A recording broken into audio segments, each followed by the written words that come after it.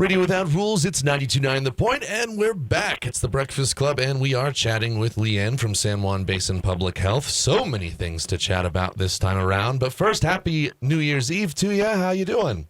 Great. Happy New Year. We're really looking forward to turning the page into 21. Absolutely, yeah. I keep saying, even though it doesn't mean anything, it still feels better. So it feels like a reset, and there is good stuff coming on the horizon, right? I mean, in the last couple of weeks of 2020, we got such great news about vaccines and what this is going to mean. So yes, it doesn't change any of our behavior immediately, but it gives us hope that 2021 is going to look a lot different. Absolutely, yeah. We're definitely hoping that it's going to look a lot different than what it's looking like right now. Well, it has this year. Anyways, you get the point. Yeah. So, first thing I want to chat with you about is Governor Polis. I was just chatting with Jack, and I guess he made an announcement that he's encouraging Colorado to move into level orange. Is that on Monday? Is that correct? Yeah, the governor tweeted late last night that the data is in that Colorado as a state is showing 13 days in a row of sustained decline in case incident rate, and that he felt comfortable lifting restrictions across the state starting Monday, January 4th. All right. And so what is San Juan Basin Public Health's response to that? Are you following what the governor's recommending there? Yes, we will be, the county served by San Juan Basin Public Health will be in orange restrictions on Monday, January 4th, which will create some increased capacity in all of our businesses. It will create an increased opportunity for some gatherings, and it will lead to in-person dining at 25%. Right, and then people who've qualified for the 5-star program, and there's some people that are still applying for that now. They'll, if I understand this correctly, they'll be able to be operating in yellow level as long as they go in the extreme cautions of everything that goes into that. Yeah, that's actually a piece that we are awaiting for some clarification from the State Health Department and from the governor's office. That is not our understanding that it automatically means 5-star businesses move into level yellow because this is a new thing that the governor is doing on Monday, and he has not alerted us to this orange would mean that 5-star businesses operate in yellow. So until we see the public health orders and get that a little bit more clear from the State Health Department and from the governor's office, we cannot. We don't have a crystal ball on that. Okay. Piece. So do we have an expectation of when that will come down from the State Health Department? We really hope it comes down before Monday. Right. Okay. Sounds good. All right. Yep. So talking about level orange, though, we've been talking about that for a while about us trending downward. Now, is our curve here in La Plata County still on the downward trend now? Yeah, we've been doing well. Both La Plata County and Archuleta counties are showing declining cases. We've come down from where we were, in November, in the beginning of December. We've come down tremendously. So the La Plata County's case rate is about half of where we were at our winter peak. But that's still way higher than any place we were last spring, any place we were this summer. So we've cut it down about half. Archuleta County, we've got it down to about a third of where it was in the peak. So that's pretty impressive work over there. Okay. Well, and it's obviously way too early to see how we did over Christmas, but is there any expectations there, or do we know when we might start seeing those spikes or not spikes? I think the good news for Colorado is we saw consistently spikes after every holiday, starting with Memorial Day, because that's when we were, just opening, and then we had 4th of July spikes, and then we had Labor Day spikes, we had Halloween spikes. We didn't see in Colorado a big Thanksgiving spike. We saw a pretty flat post-Thanksgiving case rate. So we are hoping that Christmas looks more like Thanksgiving than it looks at the previous holidays. We feel like, we made a big change in this state by not having a Thanksgiving bump. So Christmas will be the same thing. We'll know in the next couple of weeks, but let's all cross our fingers that we're on trend for what we did as a state for Thanksgiving. Well, and obviously tonight is New Year's Eve, or today, whatever. But that to me seems like a holiday that's incredibly easy to celebrate just in your home with a few people, have some champagne, watch the ball drop, call a friend. It's really not that hard to do, I don't think. Well, I think, we all have things in this pandemic that have been, for some of us, greater struggles than others, right? So, somebody that, for you personally, you might say, hey, this is one I can really say, I got this. This is, hopefully the last holiday that has to be significantly affected by this pandemic, and I can live through this. For somebody else, this is their absolute favorite holiday, and we're still going to say, this is it. You've got to do it right for this holiday because we're headed in such good direction. Vaccine is coming. Let's all do the right thing. Right. Well, and I do absolutely love New Year's, but I just, I can have a glass of champagne by myself or a bottle to celebrate. But it's, I know that you're right, though. It is, with how much everyone has really hated this year. It does make you want to celebrate a lot with going into a new one.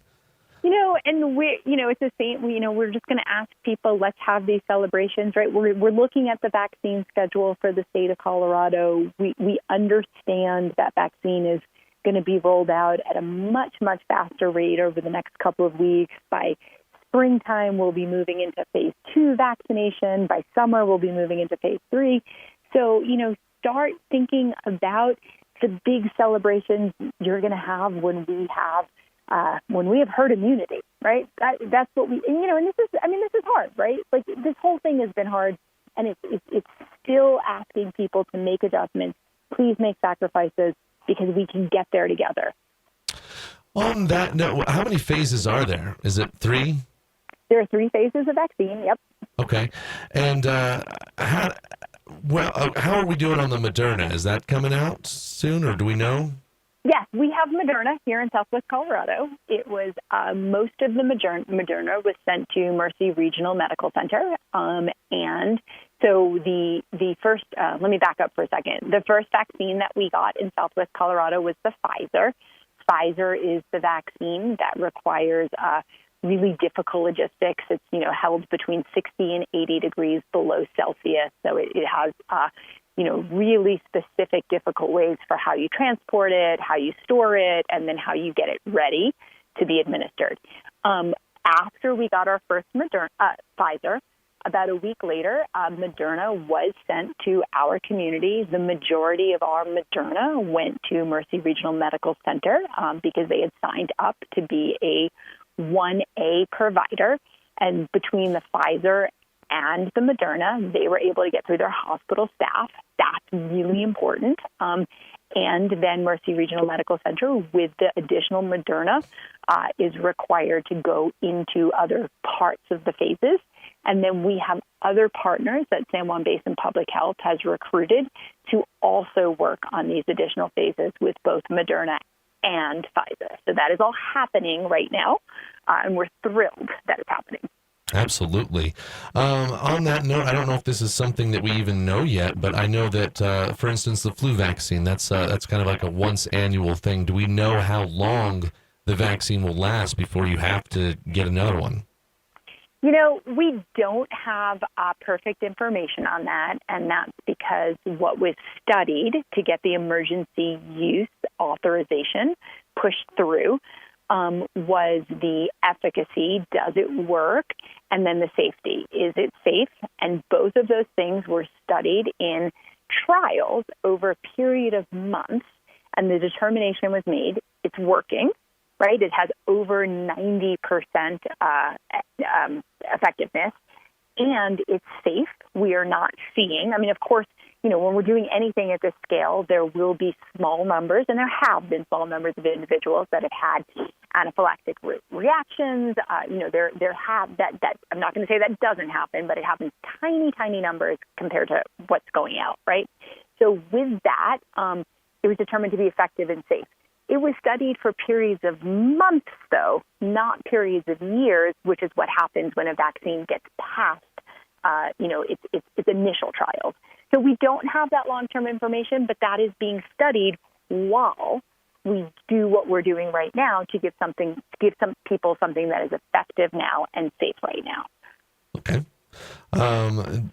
From other experiences, I know it's kind of ridiculous to even ask, but do you have a guess that it would be at least 3 months or maybe 6? Yes. Okay.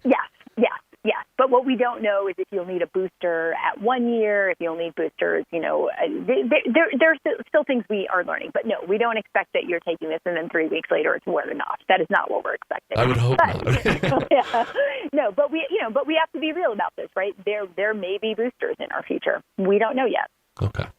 And then, so the next question I have for you is that this new strain was found right in our backyard. Is that something that we might anticipate that this vaccine might be able to handle as well, or is it a whole other thing that we should be terrified about? No, there is no reason to believe that the vaccine, the way that it's been developed, would not work on this new variant, right? So this is something that happens.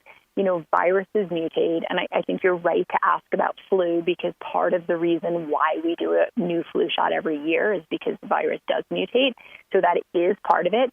But what we have been told is that there is nothing about this mutation that indicates that this vaccine will be any less effective than it was when it was developed for a different mutation of this virus. So that's wonderful news. It doesn't mean that the variant, though, is not still getting a tremendous amount of attention. I think you and I have talked about this before. This is a new virus, right? We're still learning things about it. So this variant, there's suspicion that it's 40 to 70% more contagious. It's a little bit hard to wrap your brain around because I think the variants we've had floating around have all been really contagious.